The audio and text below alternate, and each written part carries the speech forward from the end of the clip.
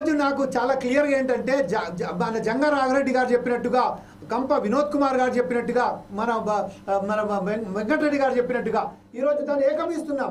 కాకపోతే ఏంటంటే జగన్ ప్రభుత్వం చాలా క్లియర్గా ఇంతకుముందు ఆహ్వానించినప్పటికీ ఆంధ్రప్రదేశ్లో మీకు అనేక సౌకర్యాలు ఇప్పిస్తాం, ప్రతి సౌకర్యం మీరు ఏం కావాలంటే ఇస్తున్నప్పటికీ కానీ ఎవరు కూడా ఇక్కడి నుంచి వెళ్ళి కదలలేదు. కదలకుండా ఉండే సమయంలో ఇలా ఈ దుర్ఘటనతోని కొంతమంది ఎవరైతే ఉన్నారో దీన్ని ప్రముఖులు దీని మీద ఈరోజు ఈ ప్రభుత్వాలు ఇట్లయితే చేస్తున్నారో దీన్ని బట్టి ఏమైనా అవకాశాలు ఉన్నాయా అని ఇప్పుడు మన కంప వినోద్ గారు చెప్పాలి ఈ సమాధానం. ఒక్క నిమిషం అండి మాట్లాడొచ్చా? అదే సార్, కంప వినోద్ గారు చెప్పండి.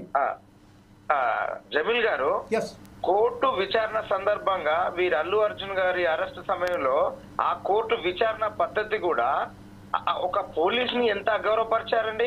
అదే విధంగా నేను న్యాయవాదిగా చెప్తున్నానండి, న్యాయమూర్తి గారు నవ్వడం అయితే ఏదైతే ఉందో అది చాలా చాలా అసలు హేయమైందండి.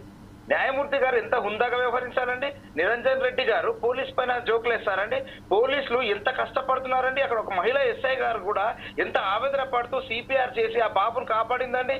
అక్కడ సిఐ గారు, అక్కడ ఎస్ఐ గారు, వాళ్ళందరూ ఎంత కష్టపడుతున్నారని పోలీసు వాళ్ళు.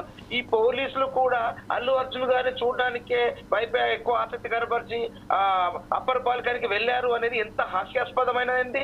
తమ పోలీస్ శాఖ పట్ల, పోలీస్ పట్ల ఎంత నిర్లక్ష్యం, ఒక హేళన పరంగా ఉంటే న్యాయమూర్తి గారు నవ్వడం ఏంటండి? అంటే న్యాయమూర్తులు ఏమనద్దు అని అంటే ఒక న్యాయవాదిగా ఇన్ని రోజులు ఆగాను, కానీ అదైతే చాలా చాలా అసలు ఖండించదగిన విషయం అండి న్యాయమూర్తి గారు నవ్వడం అనేది. ఆ నిరంజన్ రెడ్డి గారు తన క్లయింట్ కాపాడుకోవడానికి ఏదైనా మాట్లాడతాడు, కానీ కోర్టు డిసిప్లిన్ లో ఆయన తను అలా చెప్తే న్యాయమూర్తి గారు నవ్వేసరికి అందరూ నవ్వడం అంటే ఎంత తేలికండి. పోలీసు వాళ్ళ ప్రాణాలుంటే అంత నిజాయితీగా వాళ్ళు డ్యూటీ చేసి ఆ పసివాడిని కాపాడి ఆ తల్లి కాపాడలేకపోయారు పాపం. కాపాడితే వాళ్ళు అభినందించాల్సింది పోయి హాస్యాస్పదంగా న్యాయమూర్తి గారు నవ్వడం ఏంటండి కోర్టులో? Okay right. ఇదే సమయంలో